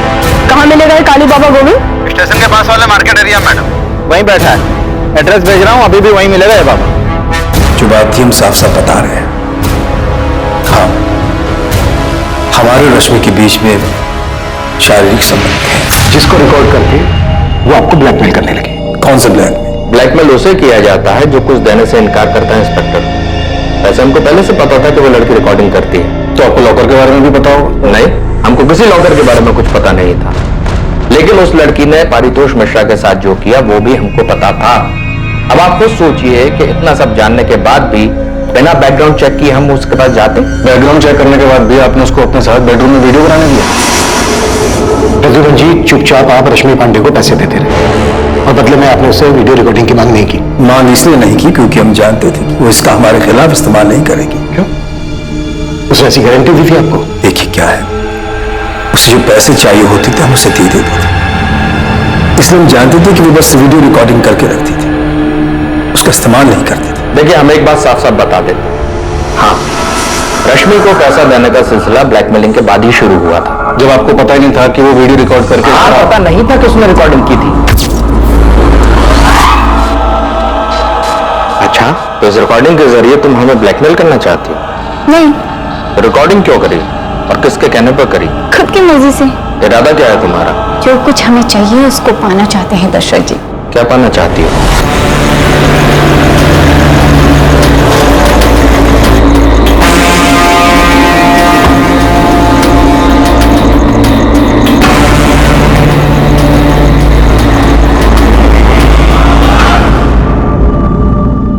क्या प्रद्युम्न ने इस लड़की के साथ मिलकर हमारे खिलाफ चाल चली है? हमें एक दिन भी नहीं लगा ये पता करने में कि प्रद्युम्न ही है जो रश्मि को हमारे खिलाफ इस्तेमाल कर रहा है, और वो आप दोनों की सरदर्द बन गई। राइट? बेवकूफ है हमारा बेटा। उस लड़की के बारे में कुछ जाने बगैर उसने उसे डायमंड रिंग दे दी, पर हमें रश्मि के बारे में पता करने में जरा सा भी वक्त नहीं लगा। वो किस तरह की लड़की है, उसका पास क्या है। हम उसके पास सिर्फ इसलिए गए थे ताकि जान सके कि उसका इरादा क्या है। और उसने बस ऐसे ही आपकी वीडियो बना ली। तुम मेरे बेटे के पीछे क्यों पड़ी हो? जाहिर है उसे शादी तो करना चाहती नहीं। तो और क्या हो सकता है सर? क्या ऋषभ को पता है कि तुम एक्सटॉर्शन के केस में कई महीने जेल में बिता चुके हो? अभी बात तुम ऋषभ को बताओगी या हमें बताना पड़ेगा? तो आप ये चाहते हैं कि हम आपके बेटे को छोड़ दें? स्मार्ट हो रश्मि, और जल्दी समझ। बिल्कुल सही कहा आपने। ऋषभ हमसे प्यार करता है, लेकिन हम ऋषभ से शादी करना चाहते हैं। यहाँ बिल्कुल गलत है।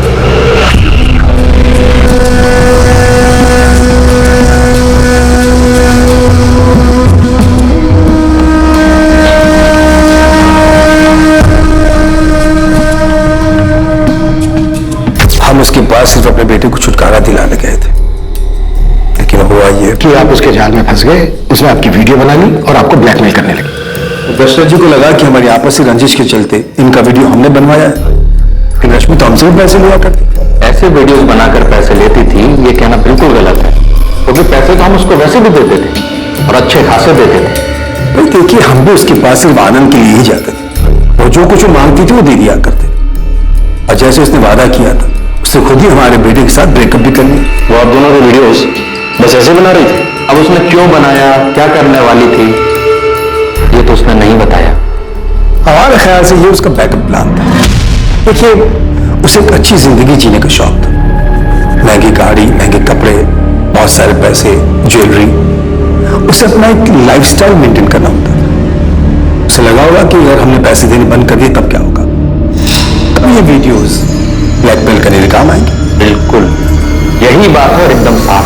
देखिए, वो खूबसूरत तो थी ही, लेकिन इसके अलावा एक खासियत और थी उसमें, वो अपनी ओर लोगों को आकर्षित करना बहुत अच्छे से जानती थी। आप लोगों के बयान में बहुत तालमेल नहीं है। ऐसा इसलिए लग रहा है कि आप लोगों को रश्मि के मर्डर का शक हम पर है, लेकिन हम दोनों के पास उसके मर्डर की कोई वजह ही नहीं है। ठीक है, थैंक यू। इंस्पेक्टर, एक और बात बता दूं आपको, इससे पहले कि आप खुद पता लगाए, या गुस्से में आकर हमारा बेटा आपको ये पता है। 7 अक्टूबर को हम रश्मि के घर गए।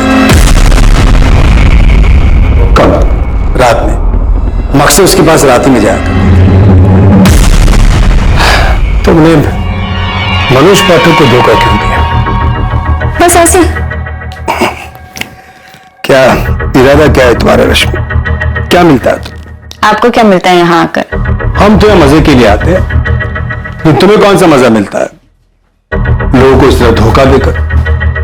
वो भी तब जबकि तुम्हें इतना कुछ मिल रहा है हमसे, दशरथ लाल से, भगवान है और कितने लोगों से। इतने पावरफुल होने के बाद भी पावरफुल बनने की चाहत से आपको क्या मिलता है? यही राजनीति है। यहाँ एक बार जो सत्ता का स्वाद चख लेता है, उसकी सत्ता की भूख और बढ़ जाती है। हम भी अपने आप को ऐसे ही पावरफुल समझते हैं। आप खुद को ही देखिए, आप कहते तो नहीं हम मजे के लिए आते, लेकिन यहाँ आना बंद नहीं कर सकते। तुम्हें क्या लगता है रश्मि, हम तुम्हारे वीडियो की डर से यहाँ आते हैं?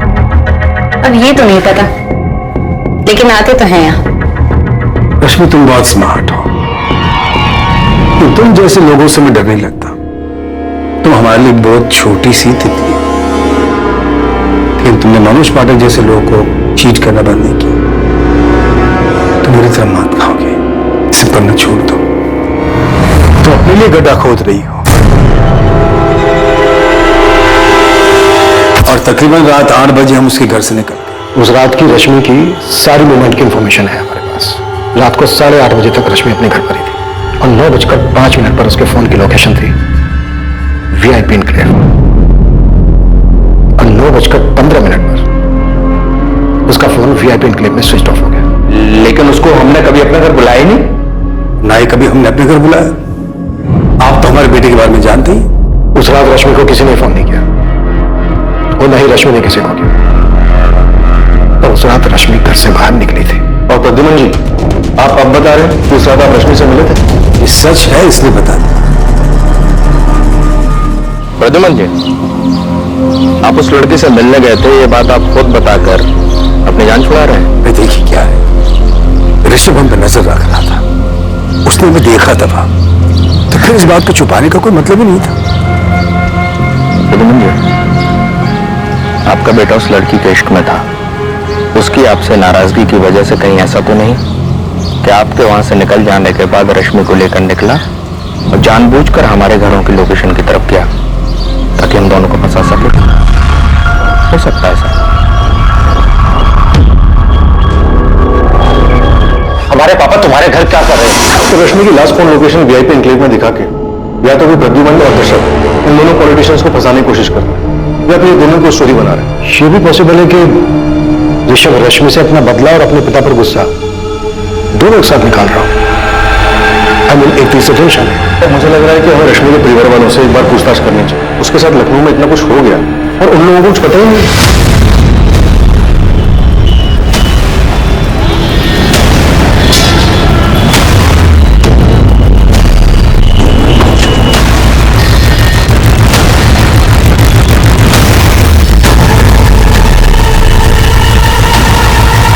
जी, हमें ही लोग काली बाबा के नाम से जानते हैं। ये रश्मि पांडे, आपकी भक्ति? जी, बहुत ही समर्पित भक्त। रश्मि के जीने का तरीका, उसके पैसे कमाने की चाहत, फिर चाहे वो किसी भी तरीके से, ये सब जाके हमें अब पता चल रहा है। आप लोगों ने तो हमें कुछ नहीं बताया, और हमें अब जाके पता चल रहा है कि वो किसी बाबा के पास भी जाती थी और उस बाबा ने हमें बताया कि वो वशीकरण सीखना चाहती है, बहुत सारा पैसा, बहुत सारा पावर हासिल करना चाहती है। कल्याणी जी आपने और विकास तुम, आप दोनों हमेशा यही कहते रहे कि आप लोगों को कुछ नहीं पता कि वो क्या कर रही थी, क्या चाहती थी। रश्मि कहाँ हमसे कभी कुछ ठीक से बताती। आप दोनों में से उससे किसी ने नहीं पूछा ये पैसा, ये गाड़ी उसके पास कहाँ से आ रहा है, क्या कर रही है? रश्मि दीदी पूछने पे भी कहाँ जवाब देती थी। तुम्हारी किराने की दुकान सही चल रही है ना? हाँ, तो उस पर ध्यान दो। गाड़ी कहाँ से आई है जानकर तू क्या करेगा? रश्मि बेटा, वो माँ, अरे आपको पैसे चाहिए होते तो मांग लो, लेकिन कहाँ से आए, कैसे आए, ये जानकर क्या करोगी? अरे काम करते हैं हम। और चाचा जी कुछ बोले तो उनको कहना पहले अपना घर संभालें। अभी चाचा जी ने पूछा क्या तुमसे? तू ना चाचा जी का राग अपना बंद कर। तुझे दुकान चाचा जी ने लाई है हमने। आती थी यहाँ कई बार, लेकिन जब भी कुछ पूछो कभी कोई जवाब ही नहीं देती थी। जो आप कह रहे हैं उन सारी चीजों का हमें अभी पता चल रहा है। हाँ, जब से वो यहाँ से गई है उसके रहन सहन में बदलाव आया था, वो तो हम देख रहे थे। हमें बहुत डर भी लग रहा था, मन में काफी सवाल भी उठ रहे थे, लेकिन सवाल का जवाब ना मिले तो क्या करें हम? रश्मि दीदी के जेल जाने के बाद हमने और माँ ने दोनों ने कोर्ट कचहरी के चक्कर लगाकर उन्हें जेल से छुड़वाया था। रश्मि के जेल जाने वाली बात है, ये भी आप लोगों ने हमें नहीं बताई? वो बात इसलिए छिपाई क्योंकि वो हम सबके लिए शर्म की बात थी। जब रश्मि यहाँ हमारे साथ रहती थी, जब उसके पापा इस दुनिया में थे, तब सब कुछ ठीक था। जैसे वो शहर गई, बहुत बदल गई। उन्हें इतना गुरूर क्यों था और वो इतने पैसे और पावर का क्या करना चाहती थी, ये हमें नहीं पता था। रश्मि पांडे ने जिस बाबा की मदद ली थी, उस बाबा से पुलिस द्वारा की गई पूछताछ से कुछ हैरान कर देने वाले तथ्य सामने आने वाले थे। हर वो चीज जो रश्मि हासिल करना चाहती थी, वो रश्मि की तरह ही रहस्यमयी होती जा रही थी। ये भी एक रहस्य था कि उसकी हत्या कैसे हुई और किसने की उसकी हत्या। रश्मि को वो पावर्स किस लिए चाहिए? लोगों को अपने वश में करने के लिए। किन लोगों को वो अपने वश में करना चाहते थे? वो पॉलिटिशियन दर्शक लाल या प्रद्युमन चौधरी। रश्मि क्या चाहती थी इन दोनों से? Political power.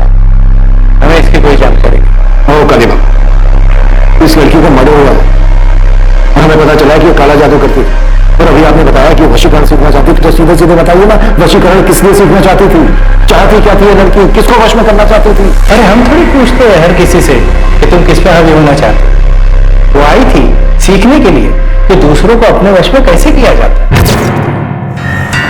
वो कई महीनों तक इस विद्या को सीखने के लिए आई और हमने उसे सिखाया भी। वो बताती थी कि हमने उसे जैसा ध्यान करने सिखाया था वो नियमित रूप से वैसा ही ध्यान करती थी। जिस तांबे के सिक्के के बारे में आप बात कर रहे थे वो सिक्का आपको रश्मि के पास मिला?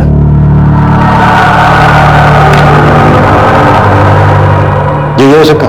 ये यही है, हमने दिया था उसे, और ये विद्या सिखाने की हमने गुरु दक्षिणा भी ली थी। कितने पैसे लिए थे? 3 लाख। तो लोगों को अपने वश में करने के लिए, वशीकरण के इस ढोंग को सीखने के लिए रश्मि ने आपको 3 लाख रुपए दिए। इसे ढोंग मत कहिए, आपकी नजर में ढोंग होगा पर शक्तियां होती है। अब आप खुद ही देख लीजिए, रश्मि के कत्ल की आप छानबीन कर रहे लेकिन किसी नतीजे पर नहीं पहुंचे। आपको ऐसा नहीं लगता कि कोई व्यक्ति अपनी शक्तियों द्वारा आपको गोल गोल घुमा रहा है? ओ बाबा बस।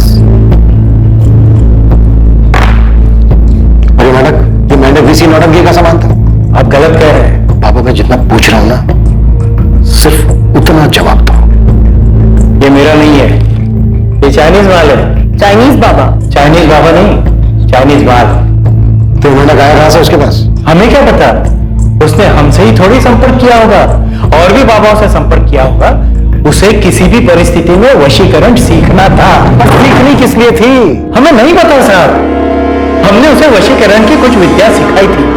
वो किस पे उसका प्रयोग करना चाहती थी, वो किसे अपने वश में करना चाहती थी, वो किस पे हावी होना चाहती थी, हमें नहीं पता। सुप्रिया, तुम रश्मि की इकलौती दोस्त थी जो हमेशा उसके साथ थी। अब ये तुम बिल्कुल मत कहना कि तुम्हें इस बात का नहीं पता कि रश्मि किसके साथ क्या गुल खिला रही थी जिसने उसका मर्डर कर दिया। 3 साल पहले का परितोष मिश्रा या रश्मि का एक्स बॉयफ्रेंड ऋषभ चौधरी, या ऋषभ चौधरी का फादर प्रद्युमन चौधरी या दशरथ लाल, या रश्मि की ऑफिस कलीग पायल त्यागी, किसने मर्डर किया है? किसने? इनमें से कौन है सुप्रिया जिसने मारा रश्मि को और उसके बाद उसकी लाश को संपत महल में ले जाकर फेंक दिया? हमें नहीं पता सर, रश्मि ने हमें कभी नहीं बताया कि वो किसके साथ जाती थी। ऋषभ के अलावा कोई और भी है जिसके साथ वो जा सकती थी? देखो सुप्रिया, तुम पहले दिन से हमसे कुछ ना कुछ छुपा रही हो। तुमने पहले भी हमें ऋषभ के बारे में नहीं बताया। किसका डर है तुम्हें? बोलो। क्या ऋषभ अपने फादर को फंसाने के लिए ऐसा कर सकता है? क्योंकि रश्मि के फोन की लास्ट लोकेशन वीआईपी एनक्लेव है। वीआईपी एनक्लेव क्या ऋषभ का घर है? सर ऋषभ रश्मि का मर्डर नहीं कर सकता, इतना तो मैं जानती हूँ। सर वो उससे बहुत प्यार करता था। हाँ वो रश्मि से दुखी था क्योंकि उसने उसे धोखा दिया था, लेकिन सर वो इस बात से भी दुखी था कि उसके पापा ने। सर ऋषभ रश्मि का मर्डर नहीं कर सकता। तो फिर किसने मारा है रश्मि को? सर, रश्मि के माँ, भाई और चाचा सबसे बात की, सबके बीच में लगता सांठगांठ हो रखी। सब एक ही राग अलाप रहे, किसी को रश्मि के बारे में कुछ नहीं पता। सुप्रिया, रश्मि अपने परिवार वालों का जिक्र करती थी तुमसे? हाँ सर कभी कभी जिक्र करती थी, जब वो बालापुर जाती थी अपनी माँ और भाई से मिलने। और अपने चाचा के बारे में? नहीं, चाचा के बारे में मैं कुछ नहीं जानती।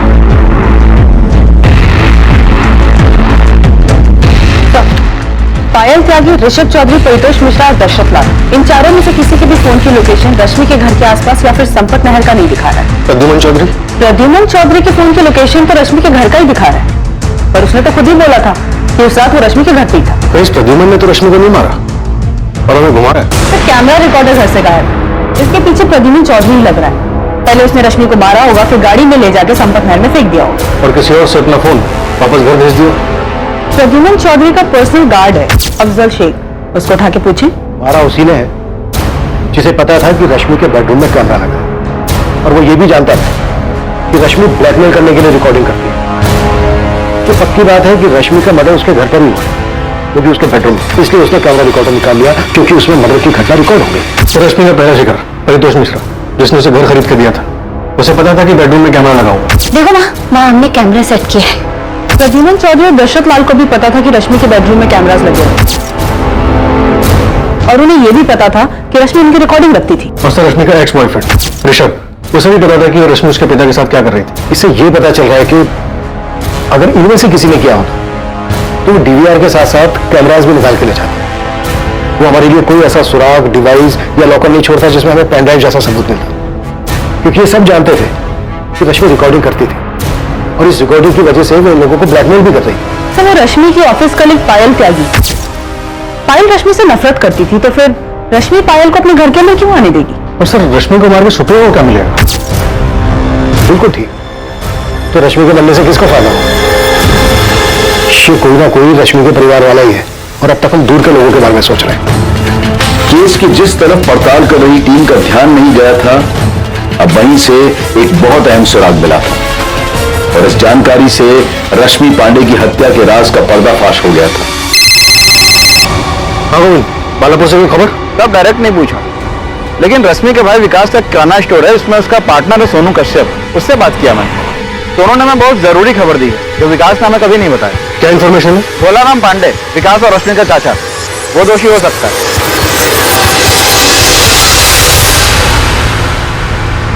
हमें यहाँ इस तरह से लेकर क्यों आए हैं?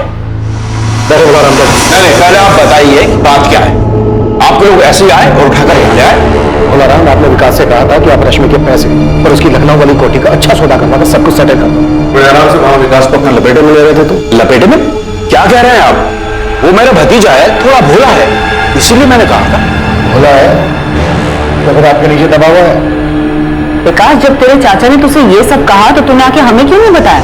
मैम जी, हमें नहीं लगता कि चाचा जी कुछ गलत कर सकते हैं। तेरे दोस्त सोनू कश्यप ने हमसे साफ कहा कि तू ना समझे, तेरे चाचा सब हड़प लेंगे, रश्मि के रहते वैसा नहीं कर सकते, इसीलिए उन्होंने रश्मि को रास्ते से हटा। नहीं, चाचा जी ऐसा नहीं कर सकते। और अगर किया है विकास और ये बात तुझे पता है तो तू अपनी बहन के हत्यारे को बचा रहा है। विकास, ये बात जानता हूं तू? क्या रश्मि की मनमर्जी थी जिसने आपको ये काम करने के लिए उकसाया? क्या फिर अपने बेटे दिपेश के थप्पड़ का अपमान बर्दाश्त नहीं कर पाया और मरवा दिया रश्मि? दीपेश को थप्पड़? हाँ, थप्पड़। विकास ने मुझे बताया कि रश्मि ने दिपेश को थप्पड़ मारा था और इस बात का गुस्सा आपको भी था और दिपेश को भी। हमारी बात कुछ भी बोले वो अलग बात है चाचा जी, लेकिन आप किस हफ्ते हमारे घर के मामलों में दखल दे रहे हैं? रश्मि, अपने चाचा जी से ऐसी बातें मत करो। सब तुम्हारा ही किया धरा है कल्याणी। आज हमारे भाई सब जिंदा होते तो इसकी हिम्मत नहीं होती ऐसी बात करने की। और इन्हीं हरकतों की वजह से हमें उल्टा सुल्टा सुनना पड़ता है। क्या क्या बातें सुननी पड़ती है दीपेश? सुनो रश्मि, अब तुम यही गांव में रहोगी, कोई जरूरत नहीं है लखनऊ जाकर कोई काम करने की। तो लक्ष्मी तो देखो कैसे कैसे कपड़े। तो आप अपनी आंखें बंद कर लीजिए ना चाचा जी।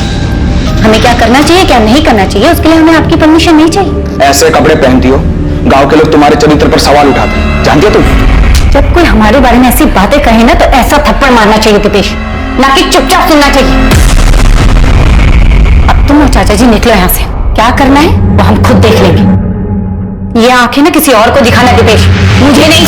आप कहना क्या चाह रहे हैं? 3 साल पहले जो तू में हुई थी उसके बदले अब हमें जाकर ये सब? दिपेश, तेरे मुझसे सुनना चाहता हूँ सब कुछ। अपना फोन गांव में छोड़कर लखनऊ गया था तो 7 अक्टूबर को अकेले गया था या फिर किसी के साथ गया था? साहब, हमें चीड़ थी रश्मि दीदी से, तो हम उसको मिलने क्यों जाएंगे? तो वो भी 3 साल बाद एक थप्पड़ का बदला लेने के लिए। थप्पड़ की ठेस दीपेश को ही नहीं हमें भी लगी थी, विकास को भी लगी, कल्याणी को भी लगी, हम सबको लगी थी। हम सब रश्मि के व्यवहार से और उसके पहनावे से परेशान थे। तो सबने साथ में मिलकर मारा रश्मि को। आपका बेटा दिपेश, रश्मि की मां कल्याणी और रश्मि का भाई विकास। अरे साहब, ये क्या बात कर रहे हैं आप? हमें तो ये भी नहीं पता था कि रश्मि दीदी लखनऊ में कहाँ रहती है, ना खुद उसके बाद विकास को या उसकी मां को पता था। तो हम कैसे मारते उसको? आप असली कातिल को तो पकड़ नहीं पा रहे, इसलिए मनगढ़ंत कहानी बना रहे हैं। आपने उसके साथ ऐसा किया था, ये किसने बताया आपको? विकास ने? नहीं, वो बता ही नहीं सकता। पुलिस को मिली एक छोटी सी सूचना के आधार पर रश्मि पांडे के सभी करीबी रिश्तेदारों से पूछताछ के दौरान पता चला कि रश्मि की हत्या में उसके चाचा भोलाराम पांडे और उसके बेटे दीपेश पांडे का हाथ हो सकता है, लेकिन उनके खिलाफ कोई ठोस सबूत नहीं मिल सका। पर पुलिस की टीम के रश्मि के गांव बालापुर जाने से इस केस में एक नया मोड़ आ गया था। इसने दोषी को बेनकाब कर दिया था और ये इस केस की जांच कर रही टीम को बेहद हैरान कर देने वाला था। सर, कॉल रिकॉर्ड्स और लोकेशन के हिसाब से इनमें से हम किसी पे भी हाथ नहीं डाल सकते। सबने अपने फोन गांव में छोड़कर लखनऊ में आके कांड कर दिया। तो ट्रैफिक डिपार्टमेंट संपर्क नहर की तरफ जा रहा है, सभी रास्तों की सीसीटीवी फुटेज स्कैन कर रहे हैं। रश्मि की लाश को नहर तक ले जाकर फेंकने के लिए किसी गाड़ी का इस्तेमाल तो हुआ होगा, बैक फुटेज में दिख जाए। हाँ देखिए, अब तो आपके डिपार्टमेंट से किसी बड़े खुलासे के होने का इंतजार है हम। इब्राहिम, भोलाराम और उसका बेटा दीपेश और रश्मि का भाई विकास, इन लोगों के खिलाफ कोई सबूत नहीं मिला, लेकिन ये आदमी जिसने इस केस में भोलाराम को संदिग्ध बताया, ये कौन है? उसका नाम सोनू कश्यप है। विकास के किराने की दुकान में उसका पार्टनर है वो। एक बार उसे ट्रैक करो, शायद कुछ मिल जाए। हाँ, ये दिखा है इस फुटेज में 7 अक्टूबर की रात को एक रोड पर जहाँ सीसीटीवी लगा। टैक्सी में है, खुद चला रहा है। लेकिन ये संपत नहर वाली रोड नहीं, बल्कि लखनऊ की एक रोड।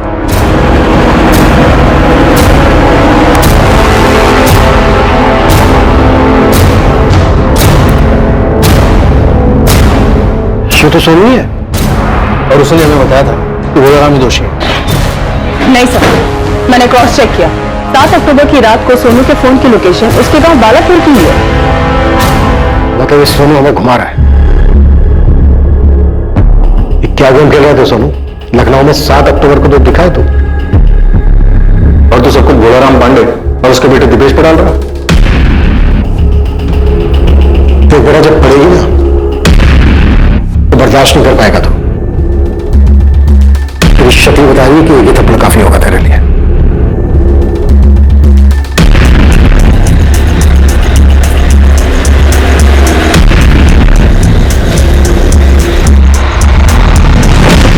अभी रुक, अभी नहीं, थोड़ी देर इंतजार करना पड़ेगा। दीदी से मिलने कोई गया है।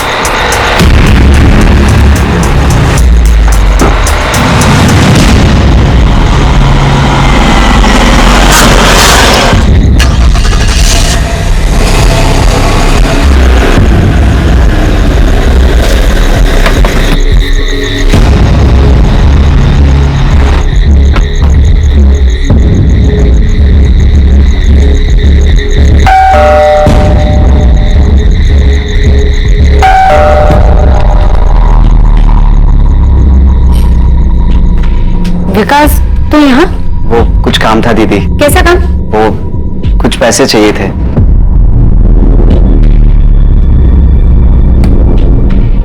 इसको क्यों लेके आए यहाँ? दीदी हम इसके साथ ही आए हैं, इसकी गाड़ी में।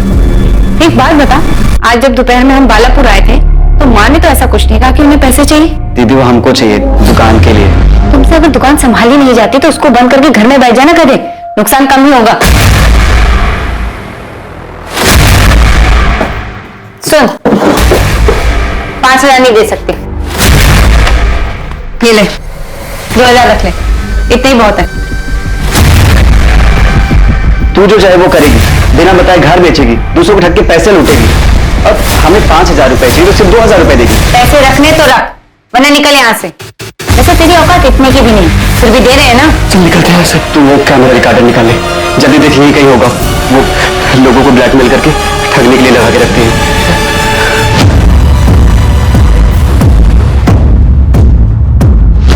हमें पता था कि लखनऊ के रास्ते पर सीसीटीवी हो सकते हैं, इसीलिए विकास पीछे वाली सीट पर छुप गया। हम जानते थे कि सिर्फ हमें देखकर किसी को शक नहीं होगा कि इस हत्या में कौन कौन शामिल था। भोलाराम भी शामिल था इस साजिश में? था या नहीं? विकास ही अपनी बहन को मारना चाहता था।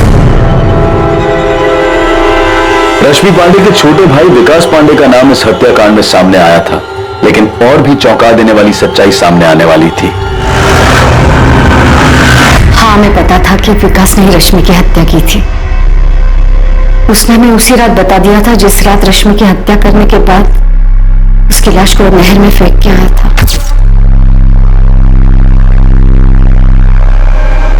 तुमने ठीक किया बेटा, वो उसी लायक थी।